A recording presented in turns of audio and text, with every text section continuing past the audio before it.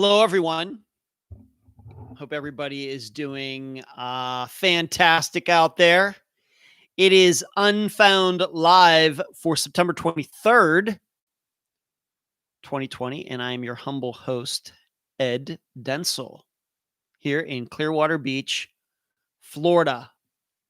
If you are new to the Unfound Live Show, this is kind of a potpourri, a smorgasbord, a buffet of different topics that we cover. Most of it, of course, involves true crime, missing persons cases, disappearances.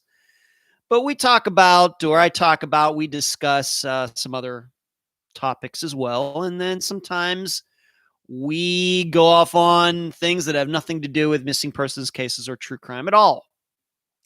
A little more laid back here than what we do on Fridays for the episode or on Sunday evenings for the Think Tank. Once again, patreon.com/Unfound Podcast if you'd like to be a part of the Think Tanks on Sunday evenings.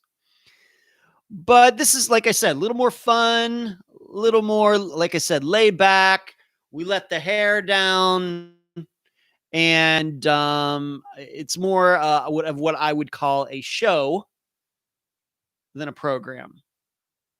It's a little more entertainment, some news, certainly, but a little more entertainment directed than anything else that we do at Unfound. And these live shows usually go for at least an hour and a half. They started out as an hour like 3 years ago, and now they're up to an hour and a half. But the time goes so fast. So who do we have in here tonight? We got Christine, who got in here first. Carrie, hello, Carrie. Laura, Concha, Katie, Sharon, LaFord, little bit. How's everyone? Hi, Edward. Hello, little bit. And Jasmine, Paula. Got a question from Paula to answer this evening, tonight. Cherie, Susan, Joy, Twinkle. Thank you all for making, carving out some of your time in your life for the live show tonight.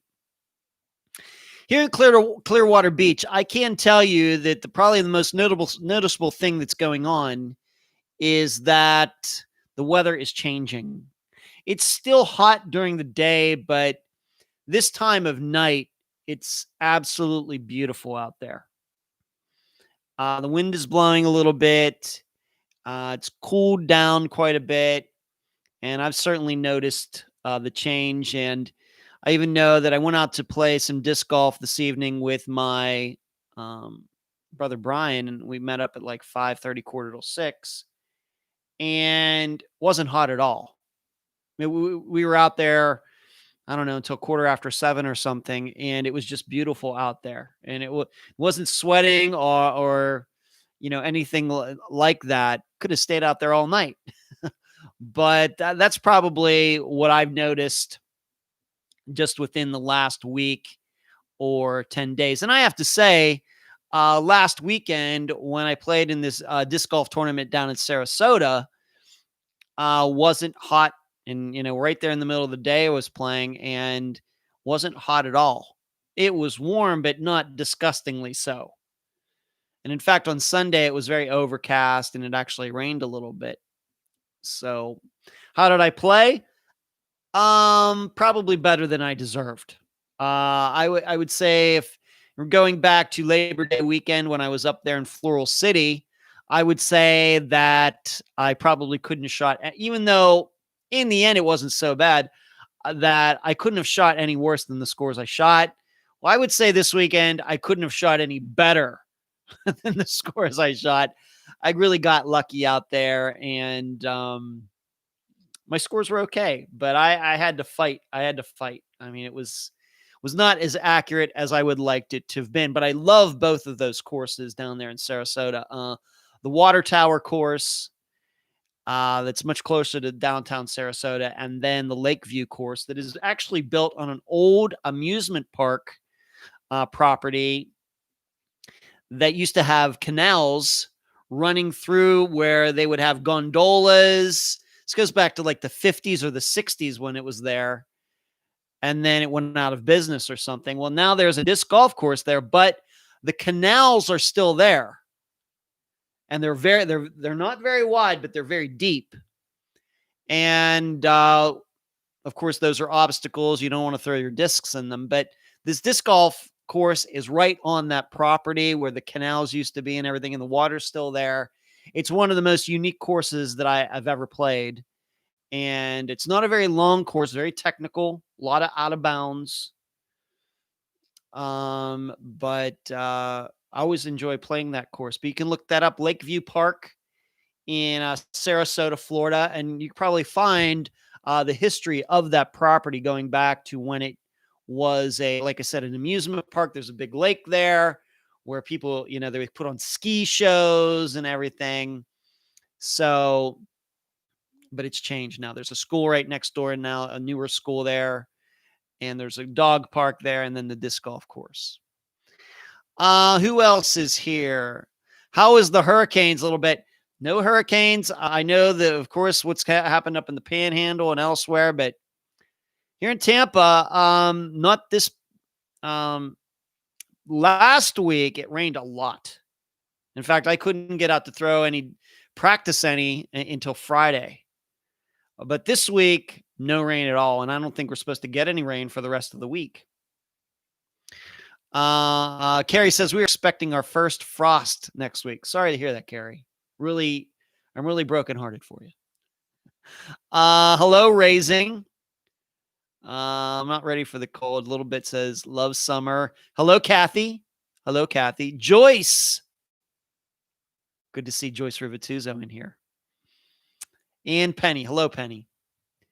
So played disc golf last weekend, and I got a 1-round tournament on Saturday right here at my local course at Taylor.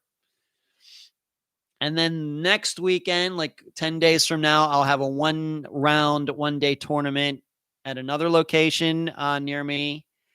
And then the weekend after that, I'm also going to be playing again here. So some other tournaments have become available to register for within this past week, and I'm signed up for all of them. Most of them are in the area, but I will be going up to Ocala middle of October. And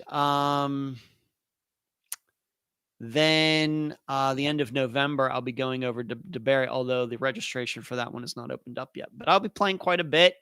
Got to play it when I can. You never know when things can go bad again like they've been for the last 5 years. So I got to play when I can. And, of course, I'll be doing unfound work when I'm not playing, so I can go do these things. Carrie says, I see how brokenhearted you are. Might have to come to Florida. Hey, everybody's moving here to Florida. It's a great place to live. So a lot of disc golf that's going to be happening over the next, now that these other tournaments have become available, just popped up within the last week. But most of them, like I said, are around this area, so I won't have to stay out of town, although I will have to for Ocala and DeBerry. Dad has started to talk about coming down here. I'm thinking he's probably going to be down here maybe right before Thanksgiving. I'll fly up there and drive him down in his car. So I'm guessing we'll do that like those few days before Thanksgiving. How long is he going to stay? I don't know. But that's what he's talking about. So I guess that's what's going to happen. And Twinkle says, Ed, I gather that you moved to Florida to play disc golf. That's not actually true. I could have continued to play disc golf in Las Vegas, although there aren't as many courses there as there are here. And it's a much bigger community here and a lot more tournaments here and everything. But that was not a major thing on my mind. That's just kind of how it worked out, Twinkle. Just kind of how it worked out. But the first disc golf I ever played was here when I came down here on vacation to see my brother in September of 2010. So I've been playing about 10 years, although it feels like I've only been playing for a couple years.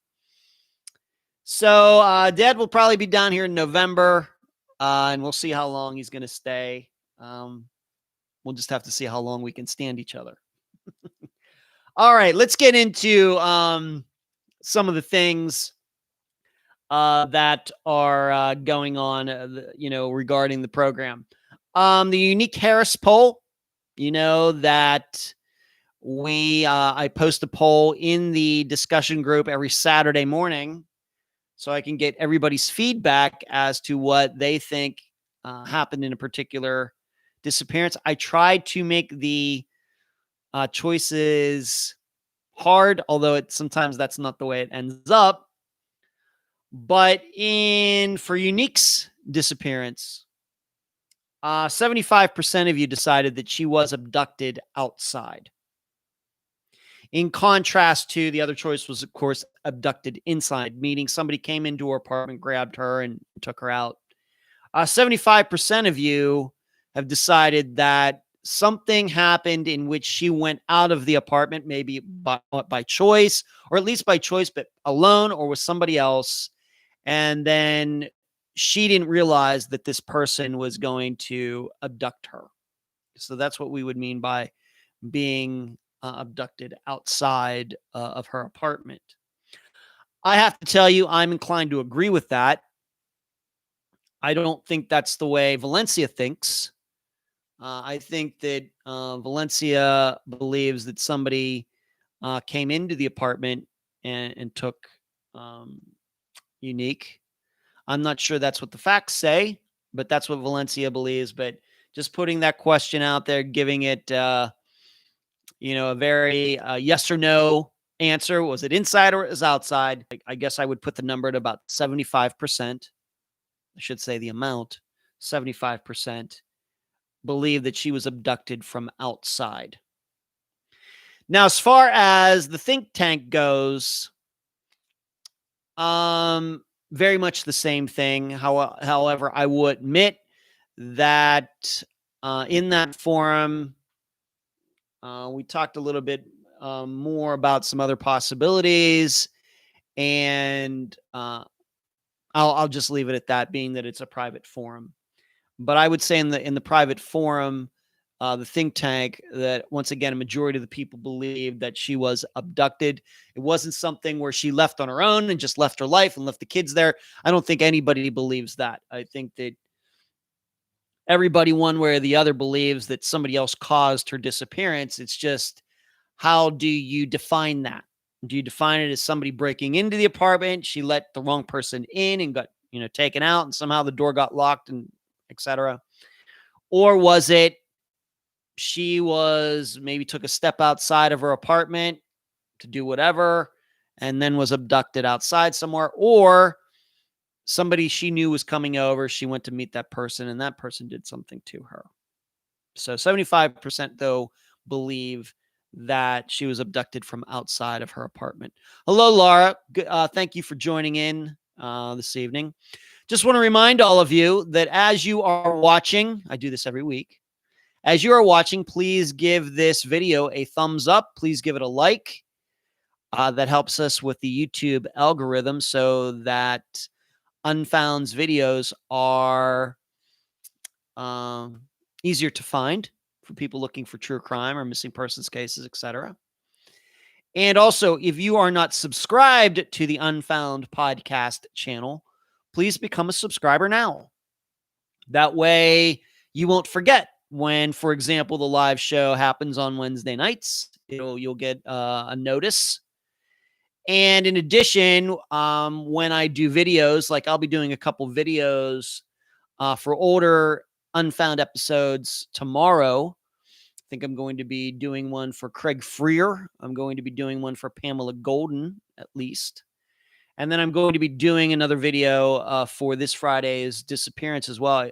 This is certainly a disappearance this Friday, which needs some map and routes and locations explanations. So I'll be doing that.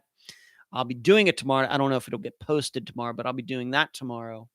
So when all of those things happen, or when Natasha posts the new episode in video form up on the website, or she does a preview, like she splices these shows up after they're done. If you are a subscriber to the channel, all of those things you'll find out right away. You'll get a notice that those videos have been uploaded so you don't forget about them. So please subscribe to the Unfound Podcast Channel here on YouTube if you're not a subscriber yet. And once again, if you're watching on whatever device you are using, please like this live show as you're watching.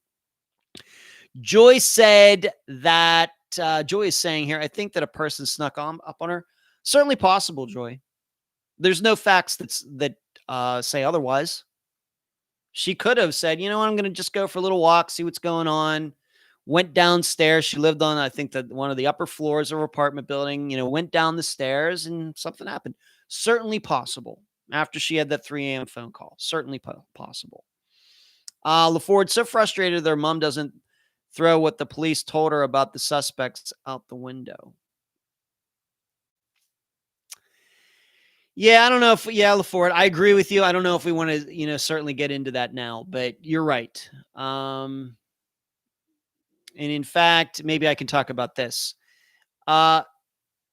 She does have a GoFundMe page set up for Unique's disappearance. And there is a comment that Valencia made back in 2018, something we did not talk about in the interview, about how at some point the DC police led her to believe that they were on the verge of catching whoever caused the disappearance. And then it seems that didn't happen. I asked Valencia about that after the episode came out, and she says that that's what they led her to believe. Then all of a sudden it wasn't news anymore, and they backed away from that.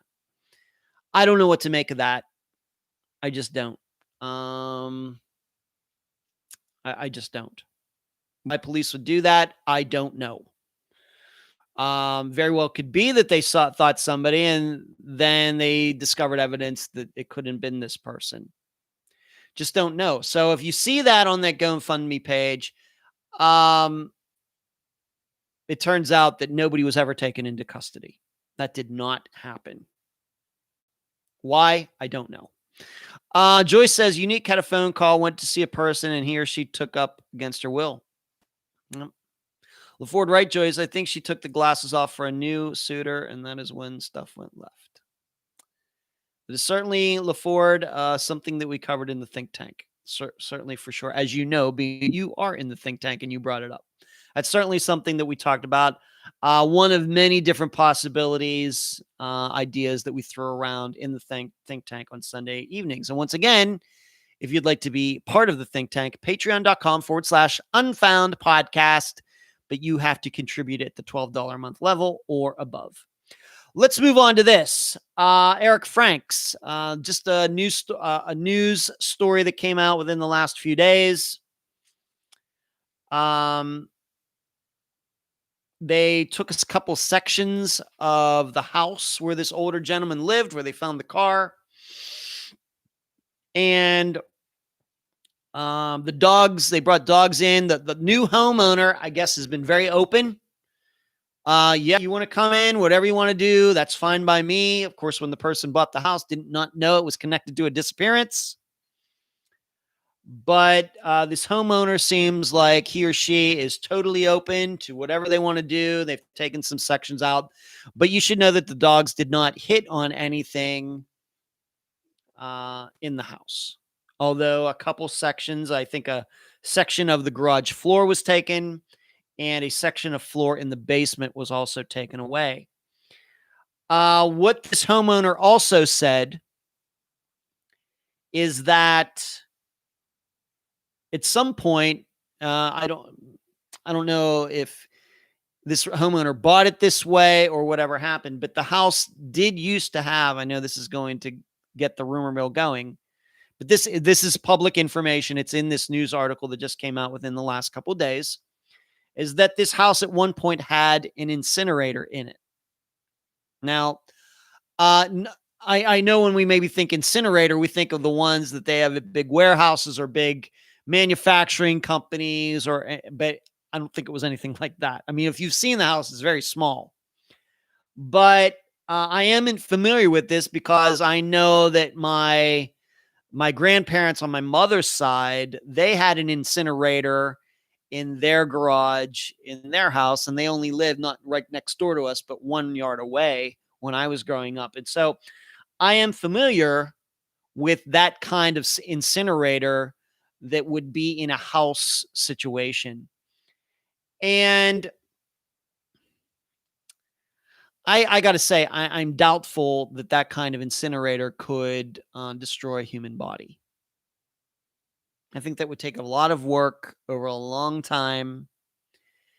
And it also occurs to me that, if we are now to believe that Kendra and John, and I don't know if the police have talked to John yet or not. I don't know. I've not heard anything.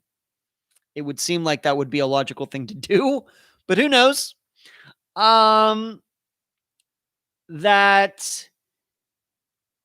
being that it seems that, not seems, but they didn't get rid of the car, no matter what happened to Eric, that they just did not get rid of the car, then by, once again, taking it to a junkyard, driving it into a lake or something else, or burn it up or something, it then doesn't make sense to me that if they killed Eric, that they would incinerate him either. I think that they would take some easy way out, being that it seems that they were very lazy when it came to getting rid of the car. Now, granted, it worked for quite a long time, and they almost got away with it.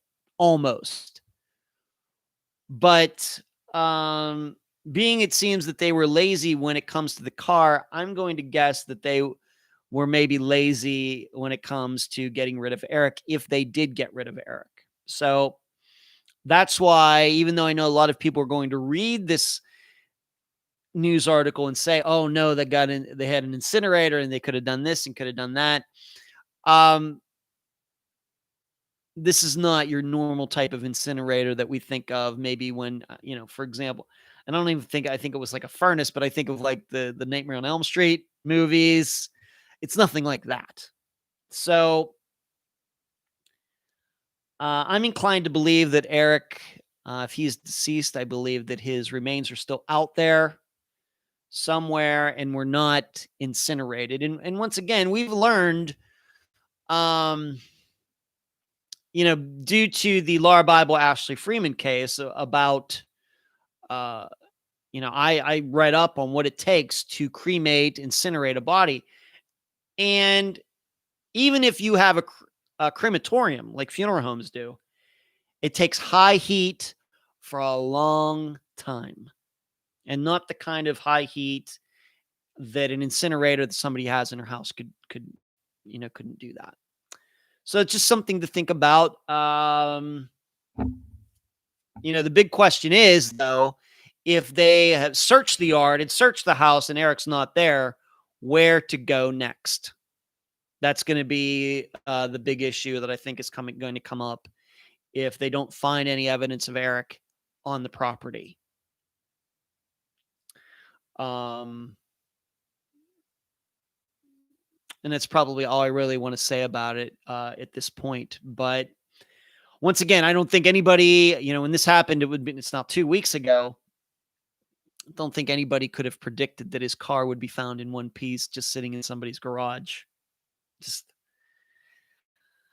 Just you never know. You never know. And that's just how things, sometimes get overlooked and bypassed. And it's crazy. It's just crazy. But you just never know when these things are going to happen. That for all these years, it could be cold, cold, cold, cold, cold. And then all of a sudden, it's a case is scorching hot again. And that's really what went on in Eric's case, because nothing went on for a long time. It's crazy. Valerie says, I'm here. Sorry, late. Had a run-in with a Karen. That's all right, Val. You don't need to apologize. Everybody's allowed to be late. The show's going to happen one way or the other, whether anybody shows up on time or not. The show must go on. Carrie's case says those darn Karens.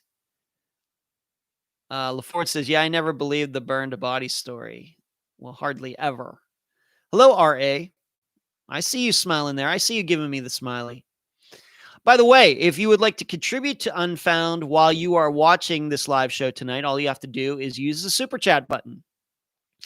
That is on your device. If you see this little white circle with a dollar sign in the middle, just tap that and put in a dollar amount. And that, as long as your account is connected to your credit card or debit card or PayPal account, or was it Venmo or whatever it is, whatever type of monetary accounts are out there, you can contribute to Unfound by using the super chat button. Once again, that little circle, at least on my screen, I'm looking at it over here.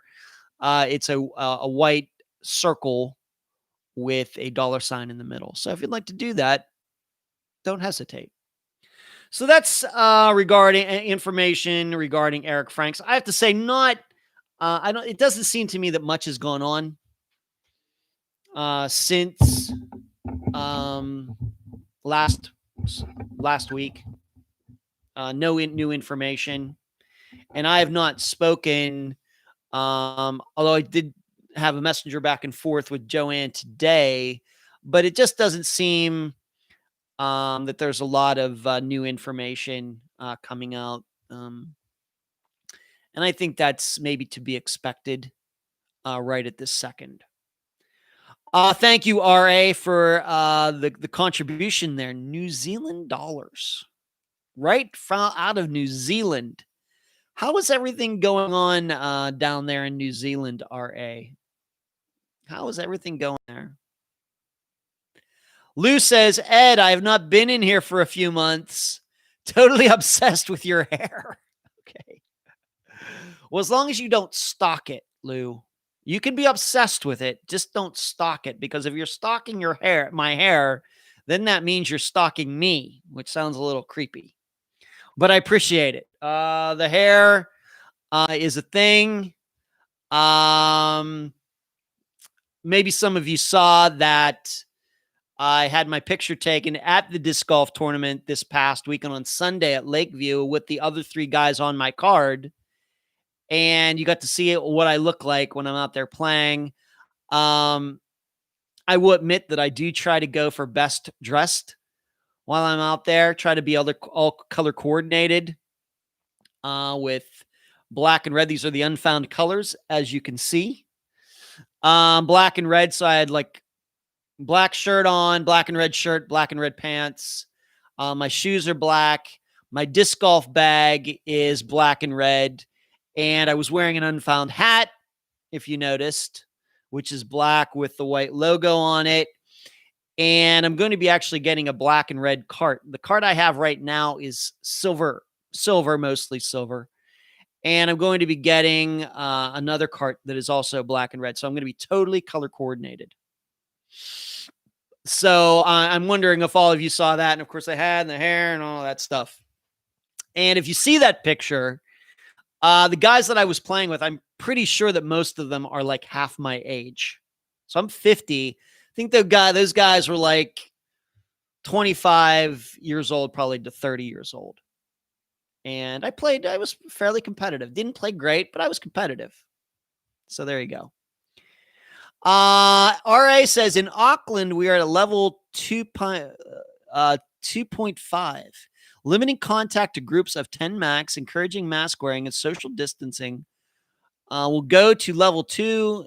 One step away to normal at 12 a.m. tonight. Well, that's good to hear. I'm glad you're getting closer back to normal. RA, we're doing that in some places in the United States, and in others, not so much. Thank you, Joy. Support for the show. Thank you, Joy. Appreciate that. But so if you see that, you could see how I look like when I'm out there disc golfing. I'm one of the few people that wear long pants. As I always tell people, nobody wants to see these legs anyway. And I like to wear long pants because a lot of times when you're playing disc golf, you do get into the shrubs, into bushes, into prickly situations. It's not like ball golf where everything's pretty, just some trees way off the fairways, whereas we play with trees in the fairway and bushes and everything right in front of us. So if this gets in there, you have to go in there. And I just do not like my legs getting scratched up at all. Ugh. So I always wear long pants. Always. No matter how hot it is, I don't care. It's always long pants. Now, when I go out to practice or with my brother, I'll wear shorts. But for competitions, it's always long pants. What is normal, Joy says. Carrie says, don't throw the discs in there. I wish I didn't, Carrie, but it happens.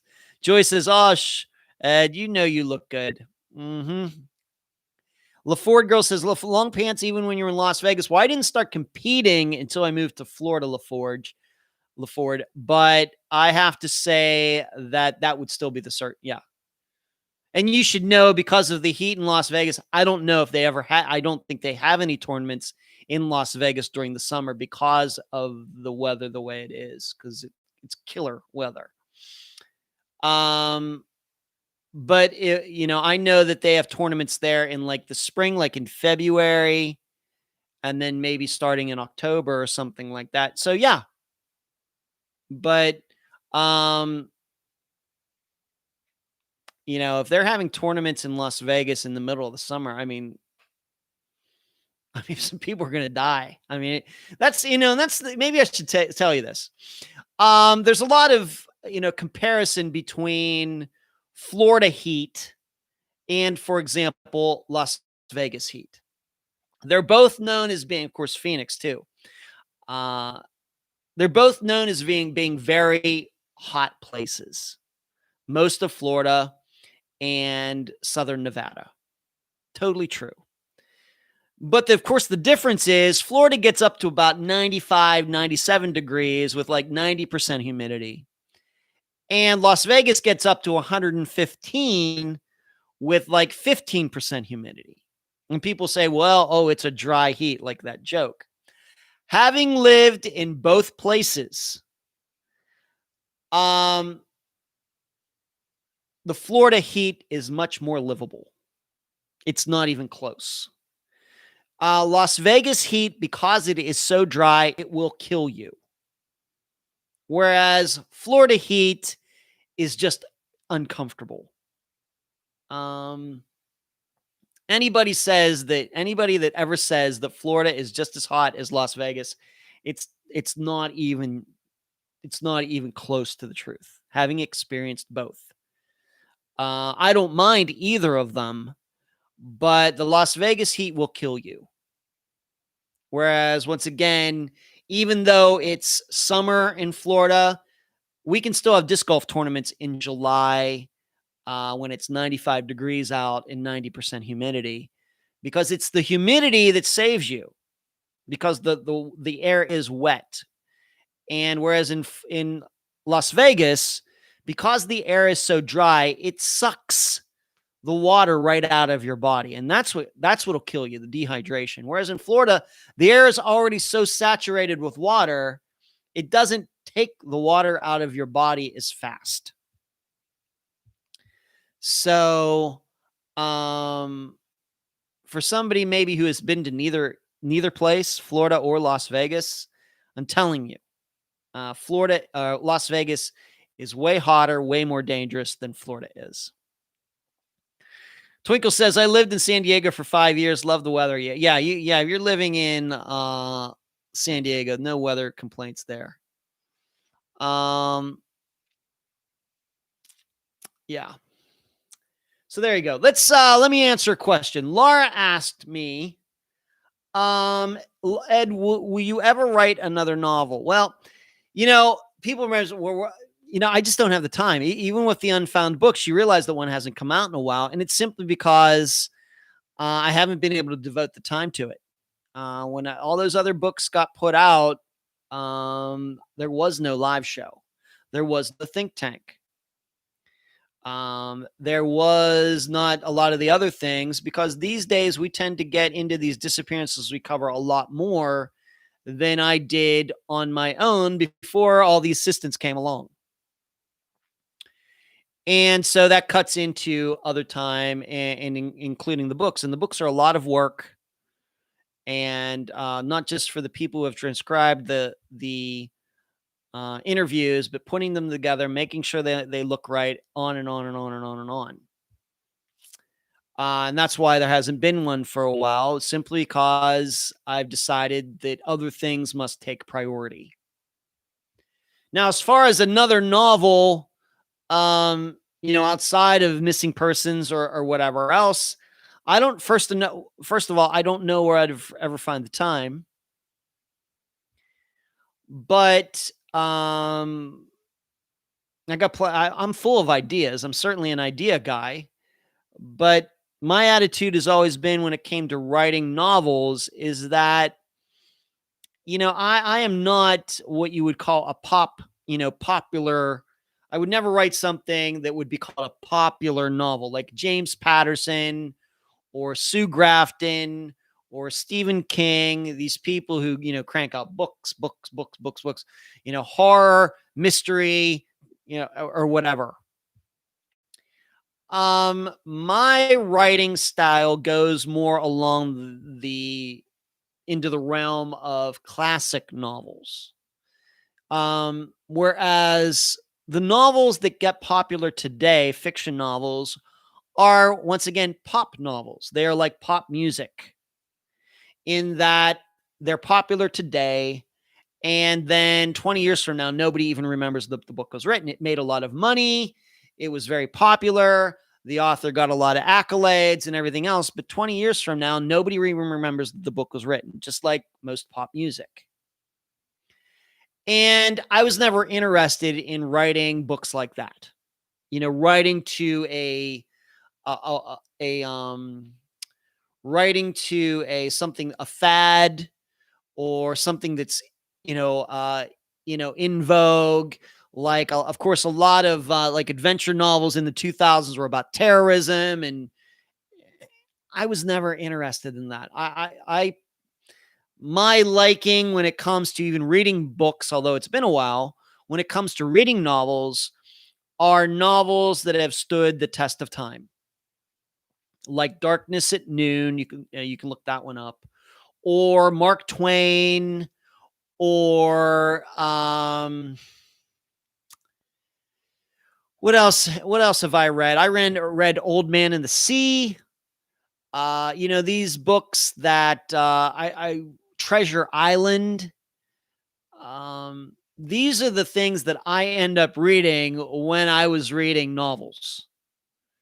And so my writing style goes to that as well. Writing something that is timeless, writing something about human nature and the human condition, and a book that somebody can read in 2020 and understand it, and then read it in 2077 and still understand it, and it still be applicable to whatever is going on. That's not the kind of books that are written today, for the most part.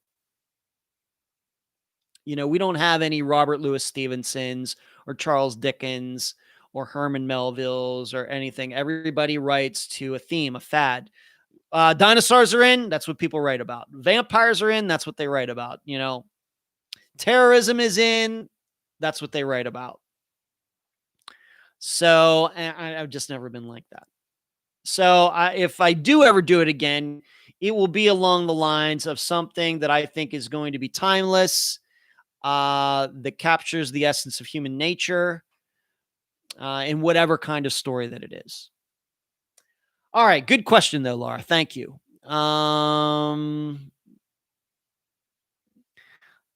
Joyce says, for all of you out of the lower U.S., Shaw is Southern for OG. Never heard that, Joyce. Of course, I'm not very Southern either. So, Twinkle says, Anthony Adverse. You're going to have to write more about that, Twinkle. All right, let's move on to this. Linda Stoltzfus, there was news about her disappearance. News came out that at the time that she disappeared, of course, we now know that there is a man in custody. His name is Julio or Justo Smoker. That at the time of Linda's disappearance, Justo texted his brother 15 times over 2 hours. around the time that he abducted Linda. Um, this sounds to me, if I were to put it, the kind of type of disappearance, this sounds like, being that his brother wasn't there with him when he abducted Linda, and being that he texted his brother 15 times over 2 hours. This makes it sound to me like this wasn't something in which Justo was planning to kill Linda, although we all believe that she is deceased now, and we believe that Justo did it. Or Justo. I'm sorry if I'm mispronouncing his name. Is it Justo? Is it Justo? Somebody even told me it was Julio, even though it's Justo. So I apologize. I'm not trying to. I'll just call him Mr. Smoker. It tells me that Mr. Smoker, something in him abducting Linda went wrong. This sounds to me like a situation where he knew she walked by there at that time every weekend. He took a liking to her, probably was stalking her. And this was the day that he was going to approach her, say something to her. And of course, I'm guessing that she tried to avoid him, tried to walk away, and he didn't like it, and something happened. I think what I'm saying here is I don't believe that Mr. Smoker, when he got up that morning, was planning to kill Linda Stoltzfus. But I think that that's what eventually happened. And so then after the fact, he panics. He's looking for some sort of support, some sort of accomplice. And that's why he texted his brother 15 times over 2 hours. I think what we can also learn from that, being that it was 15 times over 2 hours, is that his brother was blowing him off. And it leads me to believe that probably his brother was not involved in any of this at all. And as Kathy says, a crime of opportunity. Yeah, I think that's maybe a good way to put it. I think that a crime was going to be committed here one way or the other, whether it was he would rape her and leave her there alive, or that it went to what it did. I think no matter what happened that day, probably a crime was going to be committed. But I'm not sure, like I said, when he got up that day, that his plan was to kill Linda Stoltzfus. That's what I get out of that. But I also think that what this also shows, as we often suspect, is that even disappearances that we believe are pulled off, the suspect is one person, that we believe others do know. And I think that Linda's disappearance is a perfect example of that, where we know that the actual abduction was handled by one person. The video showed that. But then Mr. Smoker quickly brought in his brother when things went wrong. And I think this is very, very common. And I guess this is the reason that I usually think, many of these disappearances are known by more than one person. We could even say that regarding Laura Bible and Ashley Freeman, is that, of course, we really didn't know what happened for many, many years, but I don't think anybody's surprised that once we did find out the details and Ronnie Busick is in custody, that we turn out that other people who weren't involved at all knew what these guys did. I don't think anybody was surprised by that. And I'm inclined to think that that is the situation with a lot of the disappearances that we've covered. And then Linda's disappearance furthers that idea, where even one guy on a day by himself in his car, when things go wrong, he reached out to somebody else, probably telling, hey, man, I'm in trouble. I did something. Get back to me as soon as you can. And, and this is going, like it said, 15 times over 2 hours. Now, the big question continues to be, well, if they have these text messages and they can ping his phone, which, how is it that they've still not found Linda? Don't know. I don't know what to make of that. It seems like they have a lot of phone information. No, it's not perfect. As much as we want text messages and phone pings and everything else, because that certainly helps investigators, it's not the end all be all either. As I think we're finding out with Linda's disappearance, because how many months are we into this? 4 months, 3 months, 4 months. And we know the guy has been caught. He's been charged with certain crimes. We know all about his phone, his actions. We have video and everything else, and they still haven't found her remains. Tough business. Missing persons cases, tough business. Let me move on to this. And I posted this in the group, and I think I posted on the Unfound page.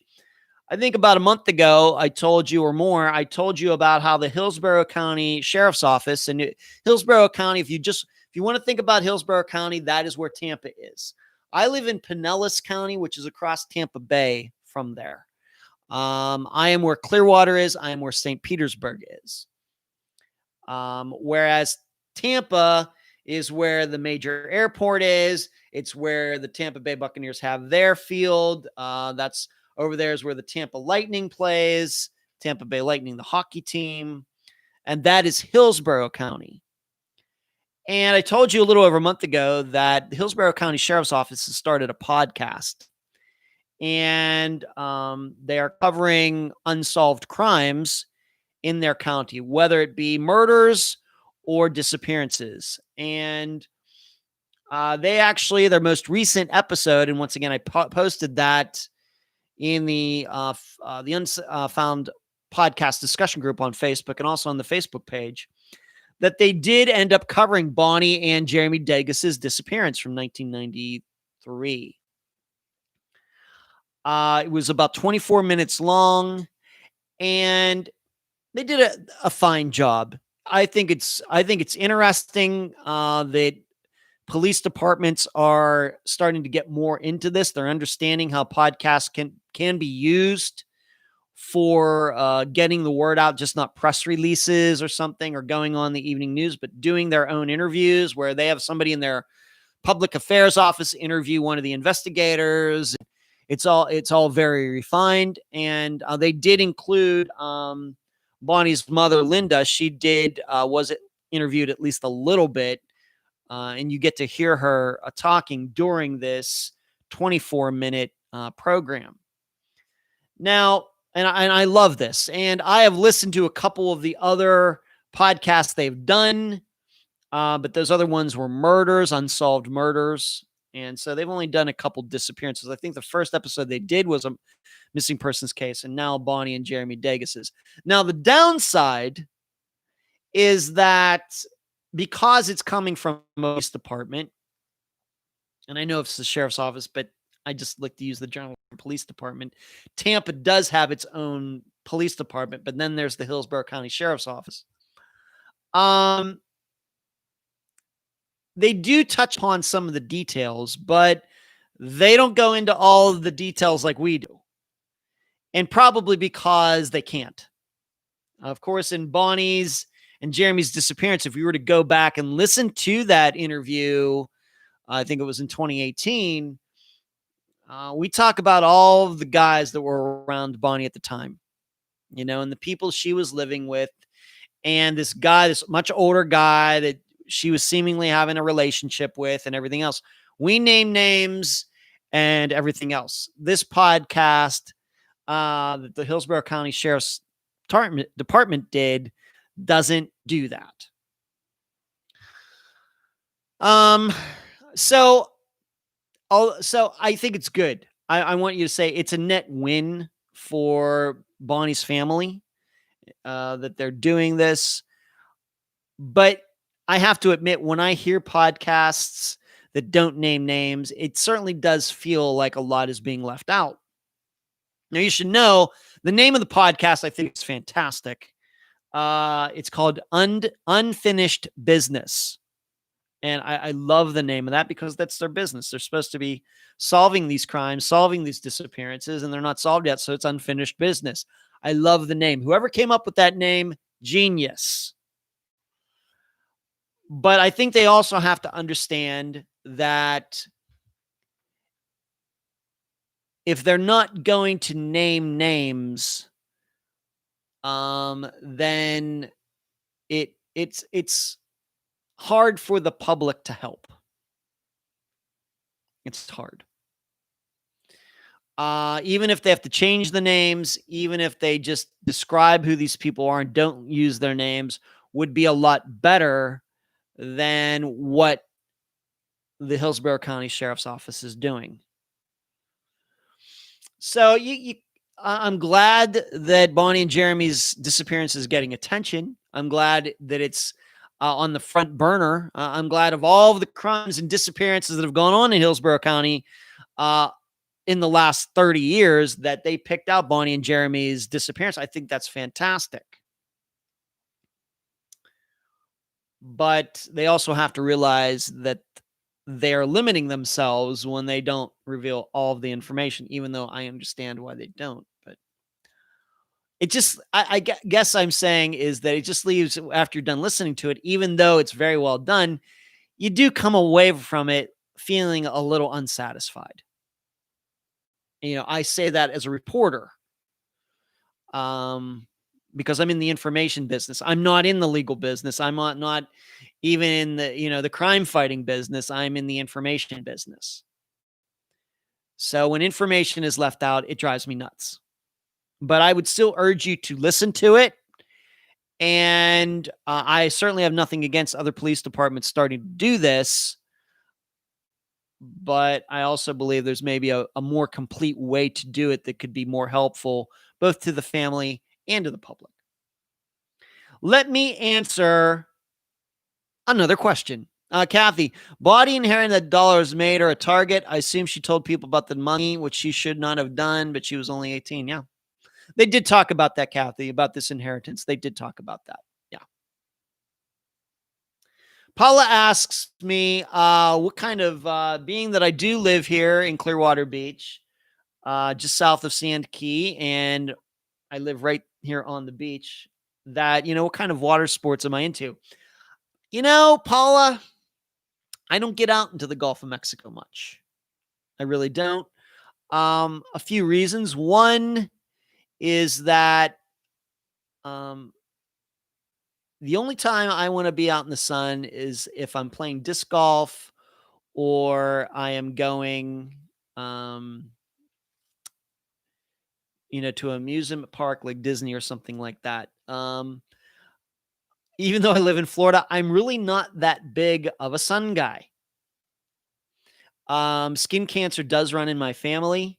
My brother Brian has had several things taken off of his skin. So did my biological mother, who died of cancer at 88, not a skin cancer, but she died at 88 of cancer. My biological father died of cancer, not of skin cancer, but of throat cancer. And then my sister has also had, some little things on her body taken off. So I'm very aware of that. I think that's another good reason why when I do play disc golf in tournaments, I do wear long pants and everything else. But, I don't have a boat. Boats are a lot of work. I think the old joke goes, and I couldn't afford one anyway. But, the two best days you have a boat, the day you bought it and the day you sold it. And then jet skis, I don't know. Jet skis are like the Corvette owners of the water. I don't know. I hope people understand what I'm saying that. So I think I'll say, especially as a single guy, I'd be going down to the beach by myself, which kind of seems, weird. But I think that let's just say if I had a significant other to go to the beach with, I probably would spend more time at the beach and going out to the water and everything else. But being that that's not the case, and I'm not asking for that type of situation, just don't do much on the water. I don't go in the water much. That's just the way I am. I love the view.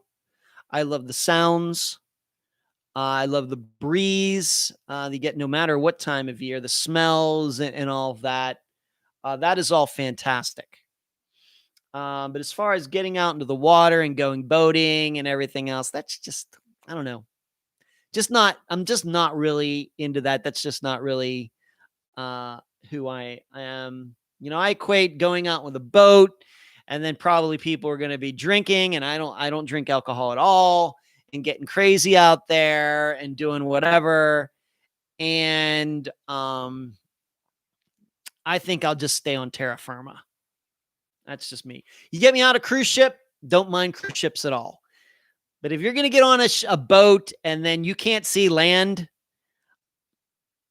it better be a cruise ship. Otherwise, I'm just not going. So that's just me. Like I said, I think if my social style was a little different, relationship status was a little different, I'm sure it might, my actions, my choices might be a little different. But I am who I am, and I just not into that stuff.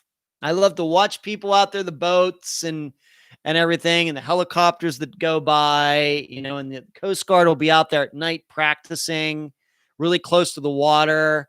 I love to watch that because it's interesting. But other than that, I just don't go near the water much.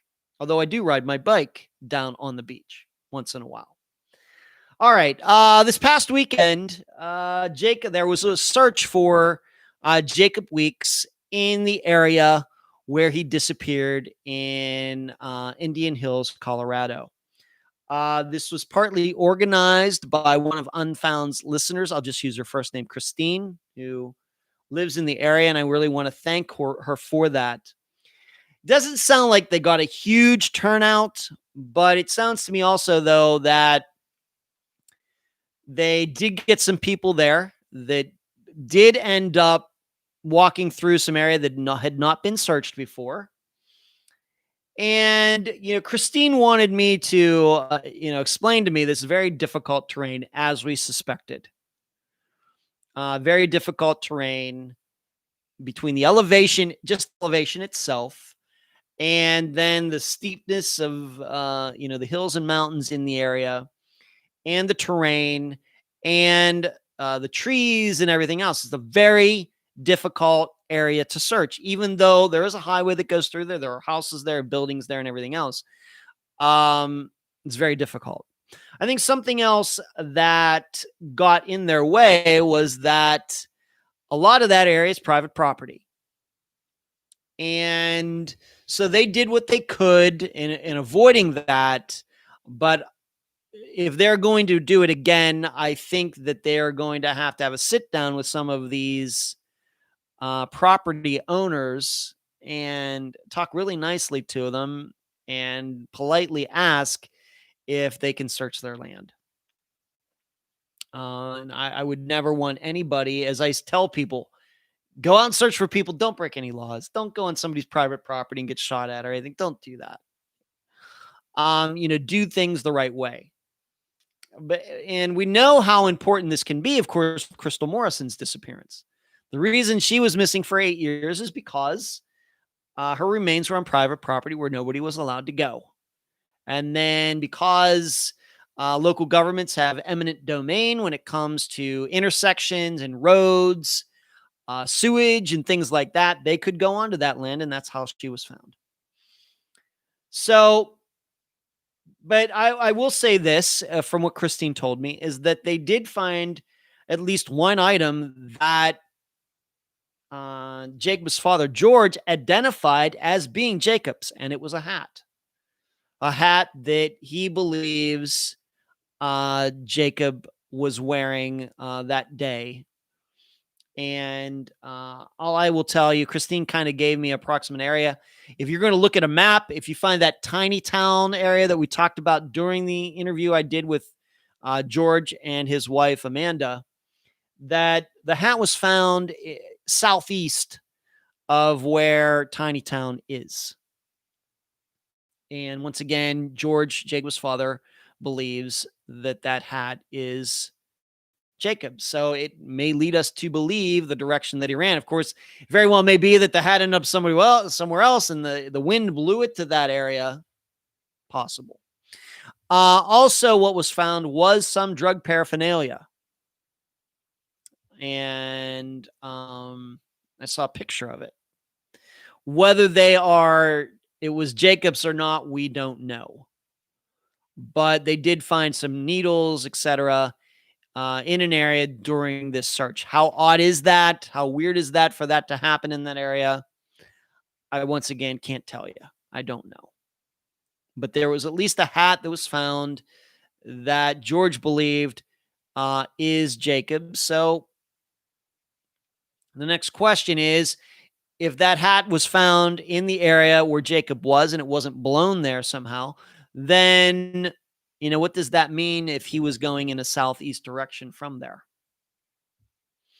So, but I think this furthers the idea, which I think a lot of people believed anyway, that Jacob was driving his truck. It wasn't some imposter, somebody pretending to be Jacob or anything else.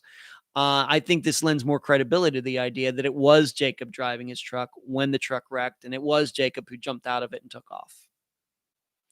So maybe that, maybe we can now put any other idea or theory to rest. So I think they're going to have another one, of course, with the weather changing. Snow is already happening in places in Colorado. I don't know if they're going to be able to do another one before the weather gets kind of ugly. I don't know that. I suppose they'll give it a shot, but I think before they go out and do that again, I think that they have to start working on permission from property owners to get permission to be able to cover more area. For sure. Joyce says DNA on the hat should settle that. I hope that's what they do. I know that the police were there, so hopefully that was taken in and they'll try to figure something out, Joyce. It's certainly a great idea. We'll just have to see. Let's move on to this. Should I answer another question? What do I got here? What do I have here? Let me answer another question. Jeremy asked me if I would ever consider doing what he would call a reverse unfound. Now, what is a reverse unfound? That's his term. Would I ever consider doing an unidentified remains case? So, of course, we're always looking for missing people, whether they are alive or not. Would I consider doing one where the remains have been found, but they haven't been identified yet? And I typed this out to him in the group, and I'll just tell all of you here. No. Unfound does missing persons cases because that's just what we do. From day one, I wanted to be a specialist in one particular area, and that was missing persons cases. Now, of course, there are many other true crime programs that do a variety of different kinds. Crimes that have already been solved, but they go back through how it all happened to catch the killer or killers. They cover serial killers. They cover missing persons cases that are solved. They, all sort, sex crimes, et cetera, et cetera, et cetera. Or, a combination like the original Night Stalker. He was both a rapist and a murderer. But I always wanted to just specialize in one department, and that was missing persons cases.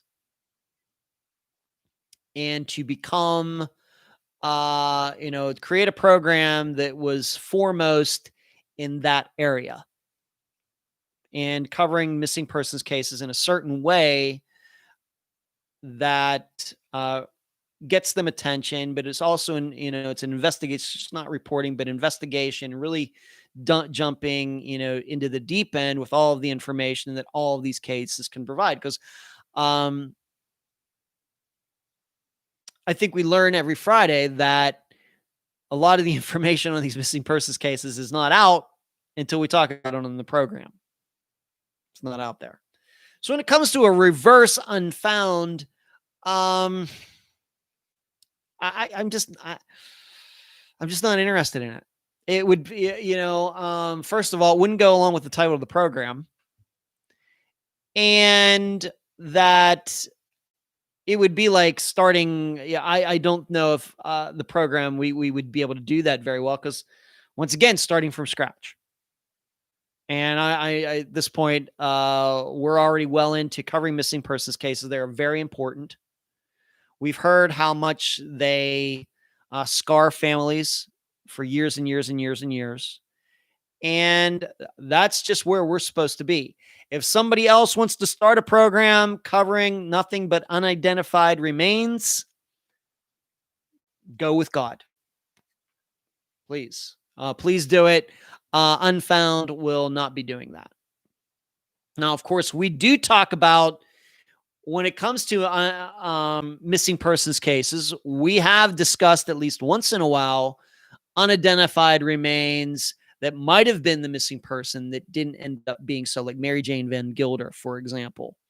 We do stray into it there, but it's all in the course of trying to find a missing person. That's the only reason we even talk about identified remains, because we start out with a missing person, then eventually get to that once in a while. But starting with an unidentified remains, it's just not going to happen. But if somebody wants to do that, go to it. Absolutely. Support it 100%. The next thing kind of caught my eye. There is a podcast that's going to be coming out that's called Paper Ghosts. And it's going to be hosted by, I guess this person is a well-known true crime author. I've never heard of him, which I'm not surprised that I've never heard of him because I just don't follow that stuff. But the podcast called Paper Ghosts is going to be covering 4 different disappearances that happened up in the New England area, Massachusetts, Connecticut, years ago. All these young women. Their names are Janice Pocket, Deborah Spickler, Lisa Joy White, and Susan LaRosa, Larosa. Now, you should know something. Is that I've actually talked to a person in Susan LaRosa's family a couple years ago.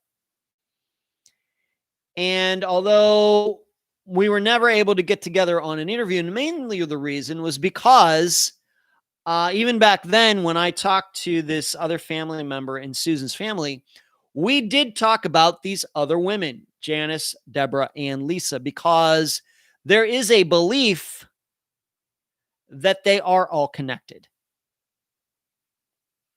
And I don't think that I'm speaking on, and I'm certainly not trying to ruin this podcast or anything else. I don't know what this person has planned, but he is going to be, is it a she? I think it's a he.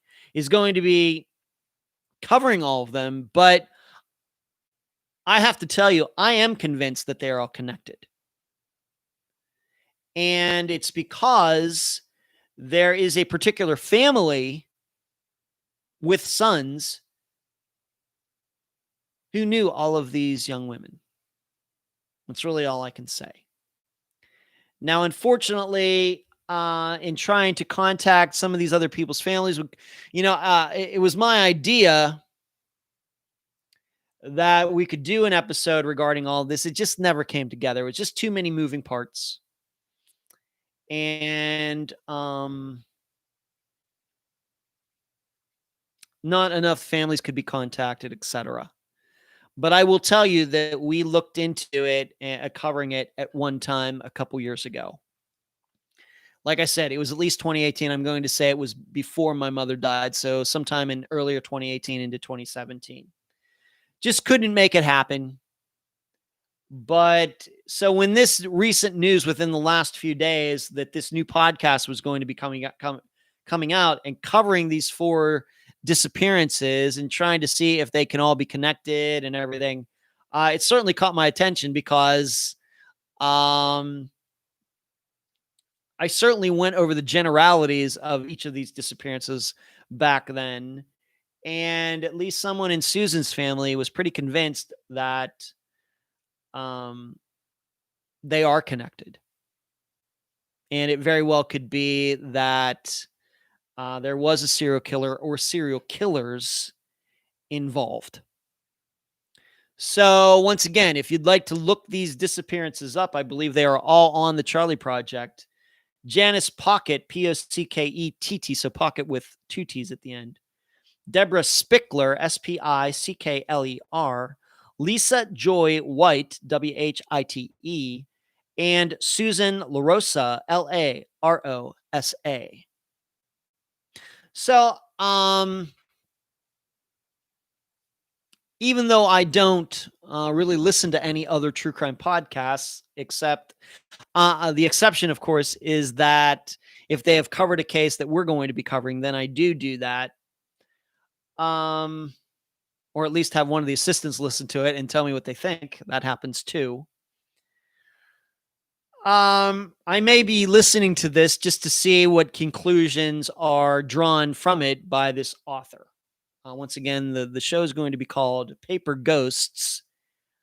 I'm not sure when it's coming out. Being that the article just came out, I'm going to guess it's going to be premiering fairly soon. So maybe that'll give all of you something to do now, looking up all those disappearances and seeing what you think of them, because they all happen in a particular area at a particular time.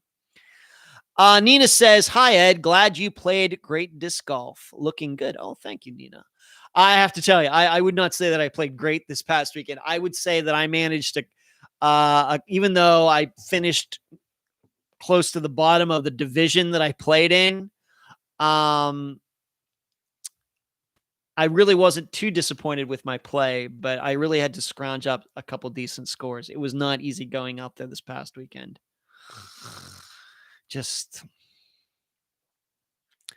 It was a struggle. But I did look good, though, Nina. That is certainly true. All right. Next, Unfound on the Ground. This is all free for all of you premium Patreon members, people who are eligible for the think tank and up. The next Unfound on the Ground is happening this coming Monday, September 28th at 8:45 p.m. Not 8:15 p.m., 8:45 p.m. We've pushed it back a half hour because there were some people who said, the 8:15, you're on the West Coast, it's a little early. So we've pushed it back a half hour to see the attendance for it. And for those of you who are eligible, once again, premium Patreon members, please look for the email from Eric about how to sign up and how to log on. We're using Zoom again. And I think Eric is supposed to be posting, or if he hasn't already, a video on how to use Zoom, how to sign up, and everything else to make it easier for you. It seems like we're going to our 5th one, and it's still a big question mark as to how people can log on. You have to log on. You have to sign up every time. Every time. It's not like going back to April or May when the first one was, that you signed up the first time and then automatically. It's not like that. Because it is a new forum, new Zoom meeting place every time, you have to sign up every time. And so I think that's been a little confusing for some people. And Eric is supposed to post something that all of you can watch before Monday gets here.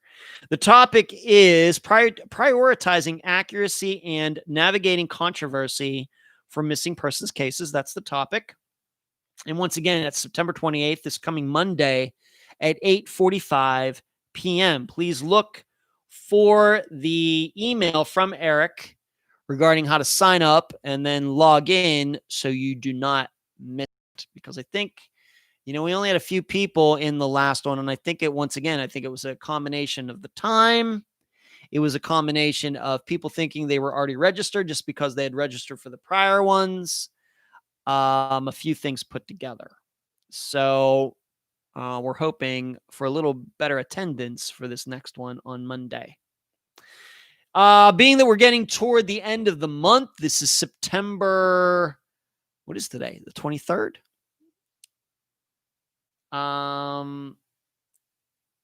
Next newsletter will be coming out. I guess that'll be next Thursday. So I'll be doing a lot of writing next week. And so be looking for that in your email. If you would like to get the newsletter but have not ever received one, please send your email address to me at unfoundpodcast@gmail.com, and we can get you on the email list for the newsletter. How long have I been doing that now? A couple years. So be looking for that. Once again, next Thursday, October 1st.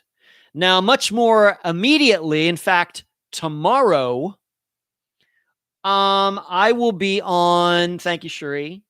I will be on with Dr. Grace Telesco again on YouTube. On YouTube, but not on the Unfound channel. This will be on the Fischler College of Education and School of Criminal Justice channel, where, although it will be done through Zoom, but it will be playing live for the public on YouTube. 7 o'clock Eastern time tomorrow evening. And it'll be just like the first couple that we've done. Of course, we started doing this back in April or May, but that was on Facebook. This will be the first one that's going to be on YouTube. And of course, the first one we discussed Dorianne Myers' disappearance. So this time we'll be discussing the disappearance of Eric Alvarado, living in Atlanta, Texas, and then his car being found in near Ogden, Arkansas. This is the disappearance that we just covered this year, and I'll be going into the details of it, and hopefully we will get to discuss not just the details of his disappearance, but also from general things that can be learned regarding missing persons cases by talking about Eric's disappearance. Now, you should know I gave Dr. Telesco, I think, 3 or 4 choices, and this is the one she picked out. So this is her pick. I think the first 2 times it was my pick. This time, though, it was Dr. Telesco's. So we'll see how you like her pick. And maybe if you'd like to, before tomorrow evening at 7 p.m. Eastern, maybe you want to run through that episode again where I spoke to Eric's sister, April. Paula says, have you discussed the Texas Monthly podcast coming out about Thomas Brown in a previous live show? I may have missed it, and I can go back and listen. I've not discussed it. Paula, I will tell you that I have to admit that I've not listened to it. I know Cherie has listened to it because she has told me about it. And I don't know. It sounds to me like they're doing a lot of theorizing and conjecturing and everything else that we don't do on this program. And so when it starts getting into that area, I start losing interest. Even if I was. Oh, this one hasn't come out. Are you talking about something else, Cherie? This one hasn't come out yet. I thought you were talking, Paul, I thought you were talking about the other 2-parter that Penny did an interview with some podcast out there, a show out there. That was, we were talking thinking about Game Changer. Thank you for clarifying that, Cherie. September 28th. You know what, Paula? I'll just say what I first said. If I usually don't listen to other podcasts unless it's something that we'll be covering. Rarely do I listen to podcasts that cover a disappearance after we've already covered it, unless somebody says, "Oh, Ed, you got to listen to this." But if it's going to be much of the same, Paula, then I'm probably not interested anyway. So Textless Monthly podcast, it just depends. No, I've not discussed it. And, but no, so you didn't miss anything, regarding it. No. Apologize that, Katie says, is Eric Alvarado the one with the dogs? It is the one with the dogs, Katie. That's right. Good memory. But, what else? I don't know what else I can say about that, Paula. Unless somebody listens to it and says, Ed, oh yeah, there's something in here that you got to hear. And it's somebody that like I trust, like one of my assistants or some of the longtime listeners that I've gotten to know, I probably won't. Once again, I'm not trying to be a snob or anything else, but it's just not really what I do. And if it's going to be anything like what has been done with the show, now that Sherry is letting me know that thinking about Game Changer, just not going to do it. If you all want to do it, great, fine by me. I'm not here to judge anybody. I just won't be doing it. I'll be working on the other things that we need to be working on. But I also want to remind you again that once again, tomorrow evening, 7 p.m. Eastern on the Fischler College of Education and School of Criminal Justice channel at 7 p.m. Eastern. I will be on with Dr. Grace Telesco, one of my favorite people that I've gotten to meet in the year 2020. And we'll be discussing the disappearance of Eric Alvarado. We post the link for tomorrow. I've actually already posted the link to their channel already, Paula, in the group and on the page. I don't know if she set up the link for the live show yet. If she has, I haven't seen it. Maybe she's going to do that tomorrow. And if that is the situation, then when I get the specific link, then I will certainly post that for sure. For sure. Just like I do for these live shows. Once I create the framework for these live shows, it gives me a link, and then I can post that in the group, and then everybody just has to click on that. I'm anticipating that Dr. Telesco will do that tomorrow at some point, and then it'll be available to me, and I will post it hopefully hours before the program happens. Christine says, I will be watching. Well, I hope you and a lot of other people, Christine, I hope. I'm really looking forward to it. And already have my notes typed out. And in fact, when I drove to Sarasota this past weekend for the disc golf tournament, I re-listened to the interview that I did for that episode, just to refresh. So that was interesting. Suzanne Morphew.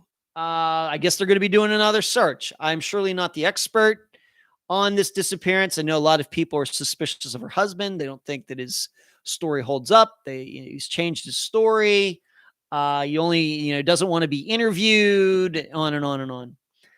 But they're going to be attempting another search tomorrow. It's always weird to me when these searches are done during the week. I don't know what that's about. But they're going to give it another shot. Of course, she's been missing for a few months now. And I don't know if they're searching in a new area, or they have more people, or maybe they've gotten a tip to look, well, you better go out there again, because I don't know, but they're going to give it another shot. And we do know that sometimes searches are done and remains are missed, just like Eric Pratt's disappearance. Of course, that's not one we covered on Unfound, but when he went missing in Colorado, they went out and did searches all over the place. And then they did one then again in April, covering the same exact area, and he was found this time. This probably happens more than we realize. So it very well could be that this happens with Suzanne Morphew, that they missed her the first time around in the area where the bike was found. Now, if no remains are found again, then you got to start thinking that she's not in the area at all. I think at some point you have to start deciding that searching in the immediate area is not worth the time anymore. I like I said, I'm surely not an expert on it, and I can tell you already that some of my assistants have when I brought it up before, have corrected me behind the scenes on some of the things because I don't follow these things like you do. All of you do. But I do try to get the information about them and try to get the general facts correct and just give you an opinion on my insight into it. And I will say what I think I said before regarding this case, that if her husband did it, then I think that they could have really damaged his alibi by this time. Now, I realize he's told different stories and he says it all got mixed up in the news and everything else, but he was either in the area where she was in their house or he wasn't.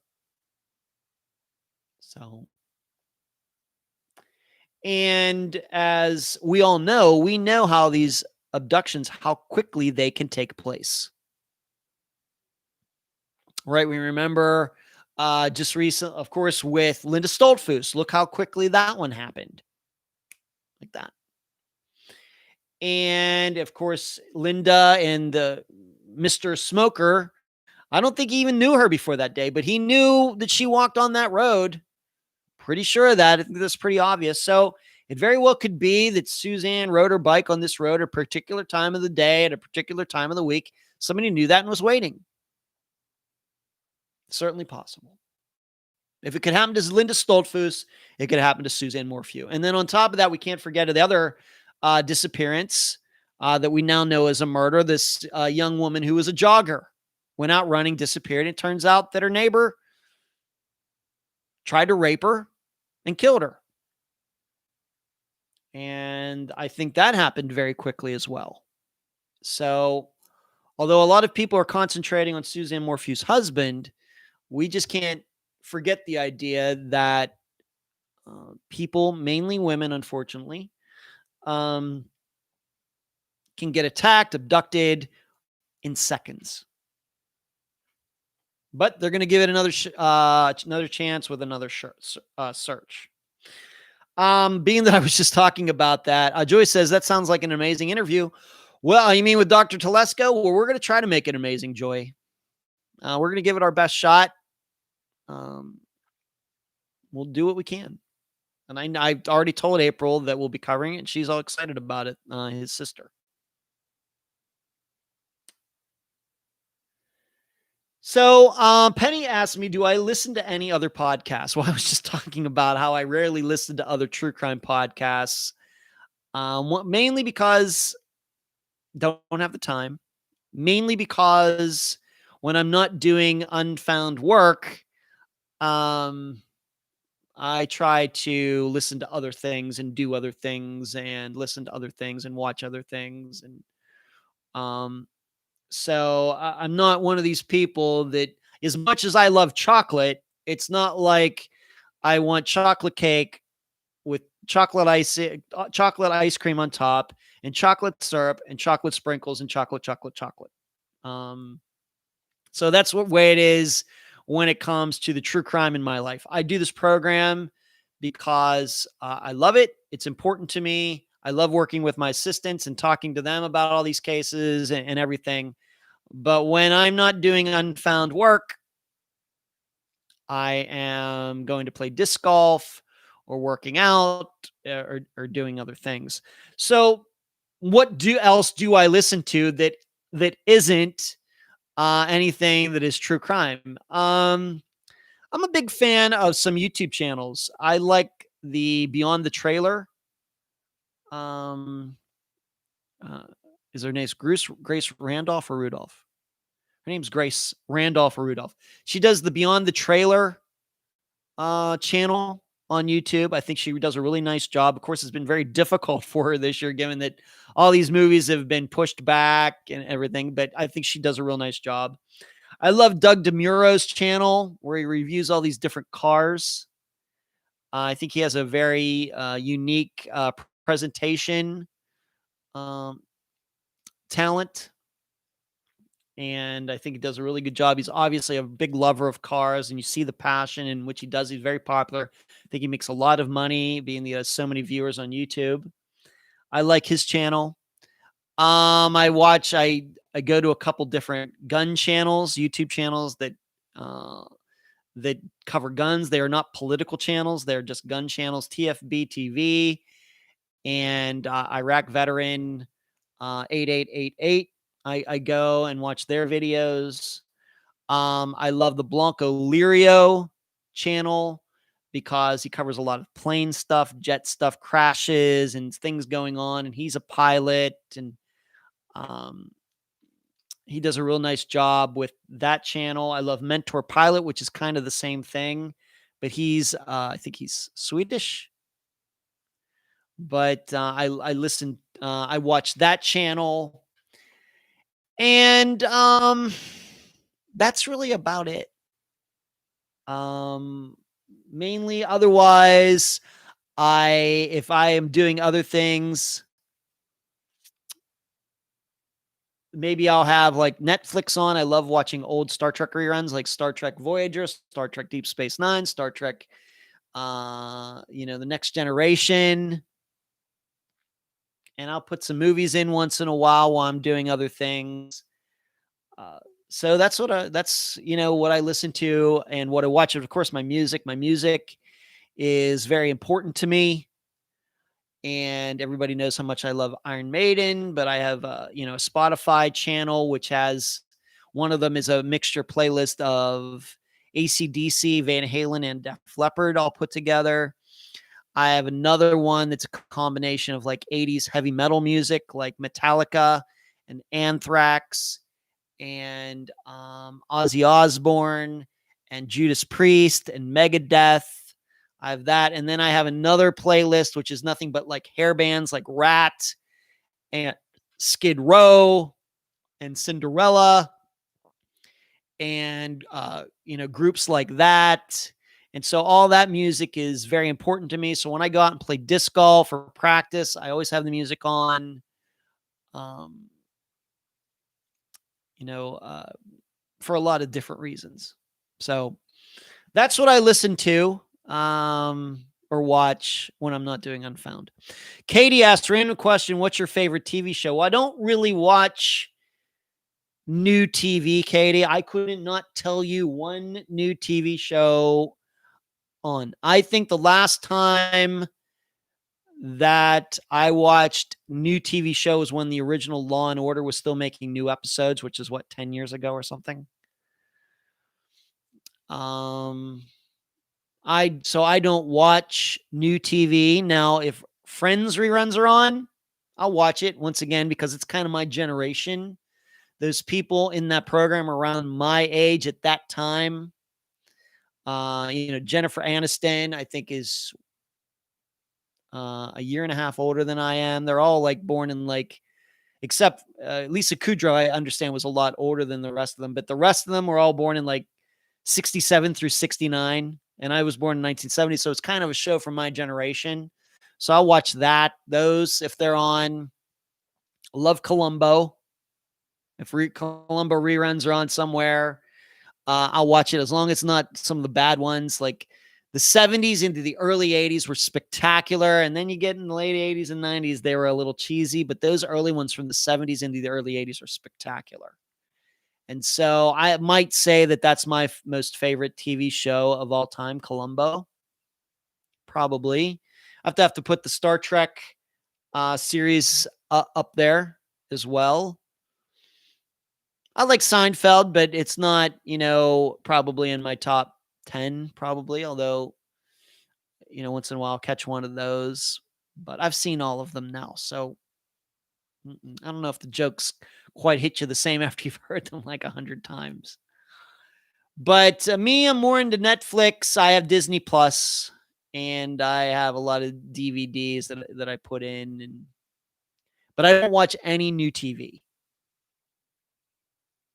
And once in a while, although not so much into sports these days, I did watch the U.S. Open this past weekend, even though my man's Phil Mickelson stunk it up. one more item, and then we'll get to this Friday's episode.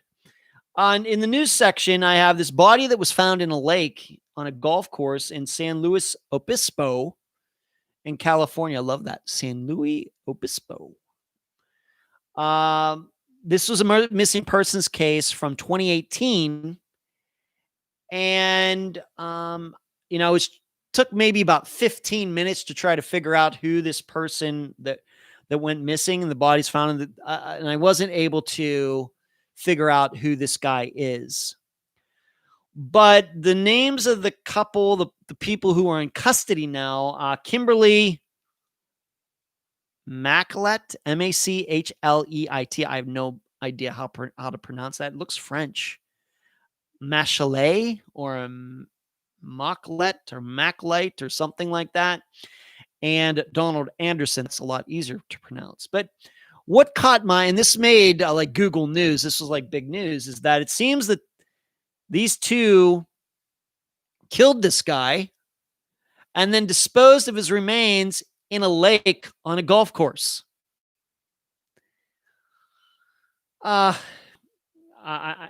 It's still not clear from the news on how they ended up figuring that all out, or, did they weigh? I guess they must have weighed this guy down, these remains down, so they wouldn't come to the surface. I'm not sure how much we're going to be finding out about this, but what did catch my eye in the article is that Kimberly is actually being charged as the murderer, and Donald has the accessory charges against him. So, I don't know if Kimberly and Donald were in a relationship or something. I don't know. But it kind of sounds to me like Kimberly killed this unidentified guy. And then I guess after the fact, this Donald guy helped her get rid of the body. I don't know if any of you saw that piece of news or not. It was came out within the last few days. Once again, there was these two, Kimberly Machleit and Donald Anderson, were taken into custody for the murder of this unidentified man whose body was then found in a lake on a golf course in San Luis Obispo. Now, once again, it's not like they found the body and then figured out it was these two who killed him. It sounds to me like they put certain things together and charged these people, and then they found out maybe a piece of information of where the body was. Interesting. And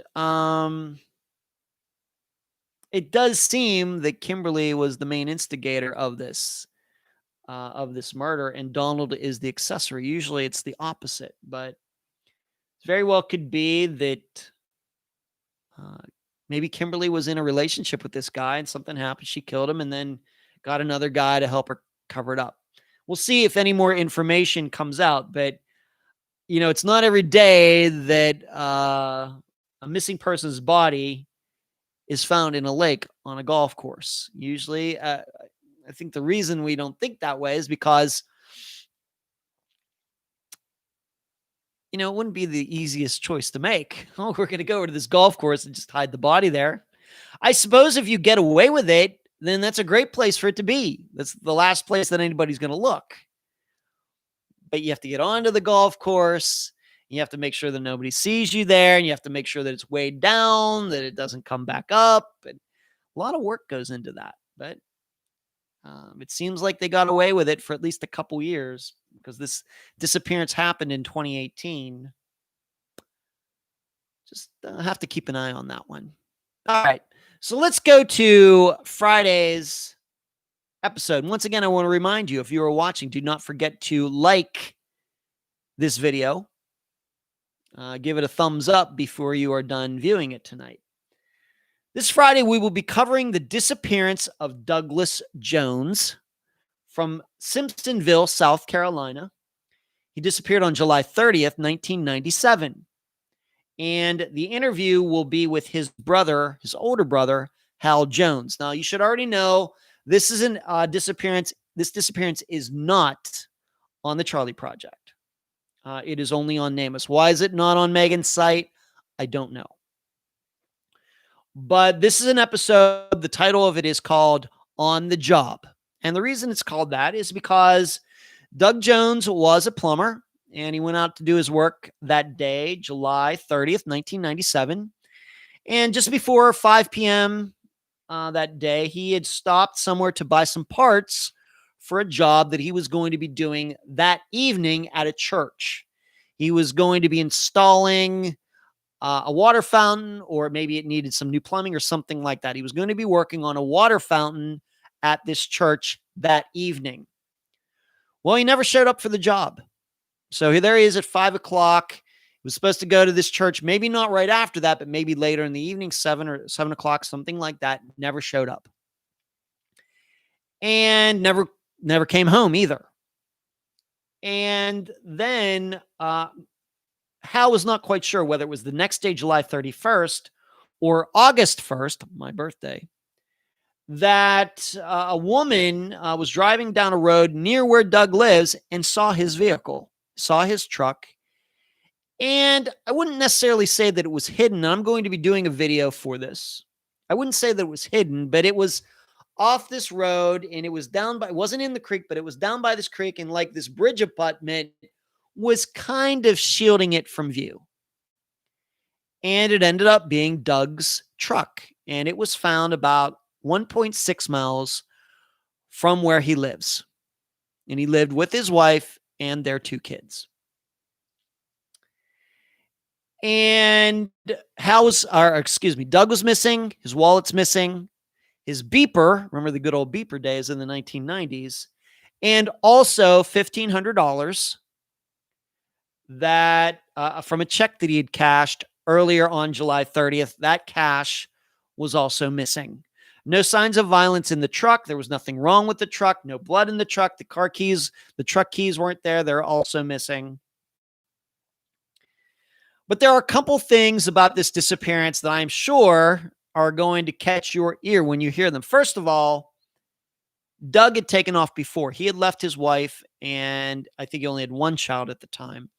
He left his wife and child in 1994.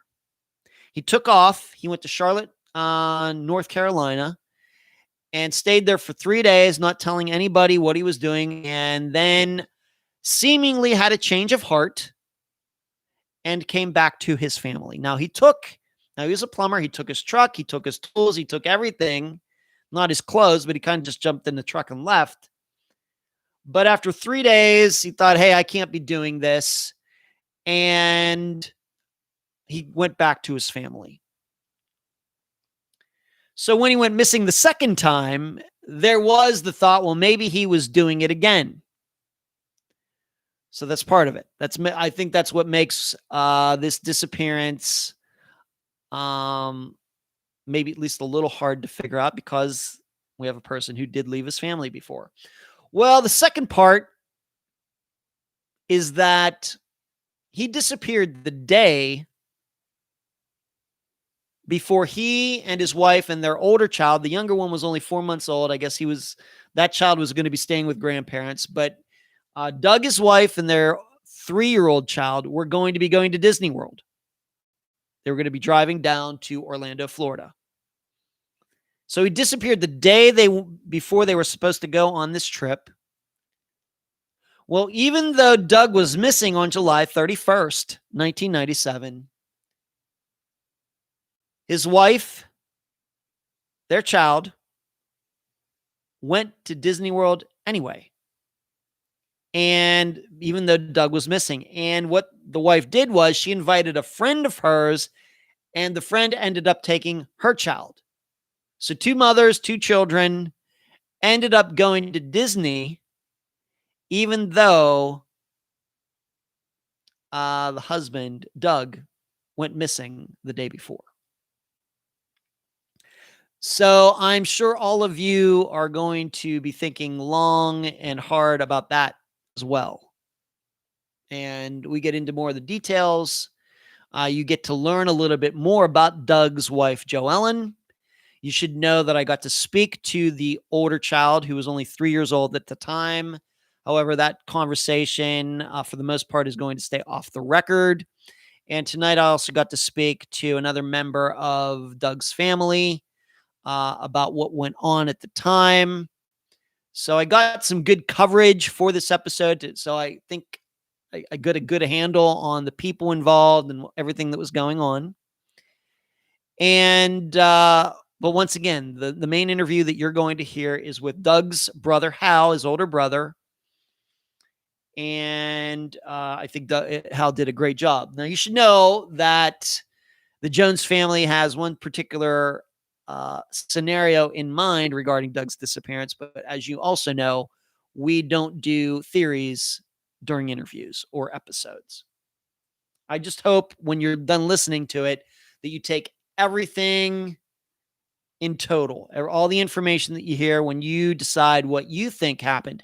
I have my own idea that I will write about in the blog on Patreon, as I do every weekend. Once again, patreon.com/Unfound Podcast. But I, of course, want all of you to come to your own independent conclusions. Once again, Douglas Jones disappeared from Simpsonville, South Carolina, July 30th, 1997. The interview is with his brother Hal, his older brother Hal, and it's an episode called On the Job.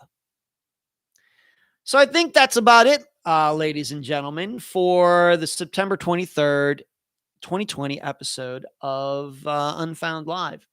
Told you about Sarasota Disc Golf and how I'll be disc golfing over here in Largo, Florida on Saturday. Just one round. Should only be out there for a couple hours.